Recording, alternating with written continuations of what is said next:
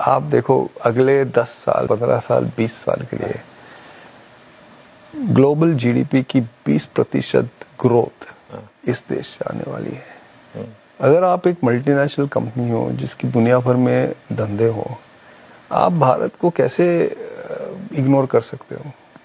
अब जैसे कि एप्पल ने किया है, पिछले साल एप्पल का 100% ग्रोथ भारत से आया था। हो सकता है ये साल 150% आ जाए। अब वो कैसे नजरअंदाज कर सकते हैं? उनको आना ही पड़ेगा ना। और अगर ये स्केल पे भारत परफॉर्म कर रहा है तो उनको फैक्ट्री भी लगानी पड़ेगी।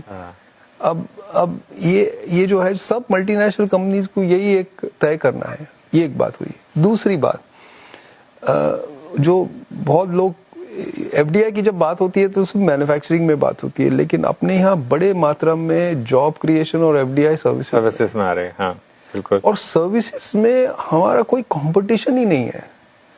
मैन्युफैक्चरिंग में तो फिर भी वियतनाम है, चीन है, फिलीपींस है, कुछ अफ्रीकन कंट्रीज होगी, लैटिन अमेरिका है। सर्विसेज में किसी का कंपटीशन नहीं है, क्योंकि एट स्केल जो हम स्किल प्रोवाइड करते हैं और जिस खर्चे पे हम करते हैं कहीं और नहीं मिलता है। और ये अगर आपको 1000 इंजीनियर हायर करने हैं कुछ सॉफ्टवेयर के काम के लिए, तो आपको कहीं नहीं मिलेंगे, इसीलिए यहाँ पे मिलता है। मैं तो हमेशा बोलता हूँ, लोग निंदा करते हैं भारत की कि हमने कोई चाइनीज कंपनीज की तरह मैन्युफैक्चरिंग में कुछ किया नहीं है। मैं बोला हमारे सर्विसेज कंपनीज को एक बार चाइना खड़ा करके दिखाएं, 20 साल का समय देता हूँ, नहीं कर पाएंगे। वो हमारी स्पेशलिटी है। और अब देखो मैन्युफैक्चरिंग का जो ट्रेडेड जीडीपी है 24 ट्रिलियन डॉलर है, और वो ज्यादातर अब as a share of total manufacturing मेरे हिसाब से पीक हो गया है।